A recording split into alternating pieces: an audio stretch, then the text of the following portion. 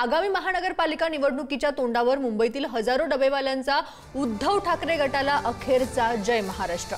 गेल्या निवडणुकीत ठाकरेंनी वचनांची पूर्तता न केल्याचा आरोप डबेवाल्यांनी केलेला आहे। मुंबई महानगरपालिकेच्या 2017 मध्ये झालेल्या निवडणुकीच्या प्रचारादरम्यान मुंबईतील डबेवाल्यांना शिवसेनेने विविध आश्वासने दिली होती। मात्र या आश्वासनांची पूर्तता न झाल्यामुळे डबेवाल्यांनी ठाकरे गटाला जय महाराष्ट्र दिलाय। या 5 वर्षाच्या कालावधीमध्ये शिवसेनेकडे महानगरपालिका होती आणि 2.5 वर्षाचा टीका होईना खुद्द उद्धव ठाकरे मुख्यमंत्री होते।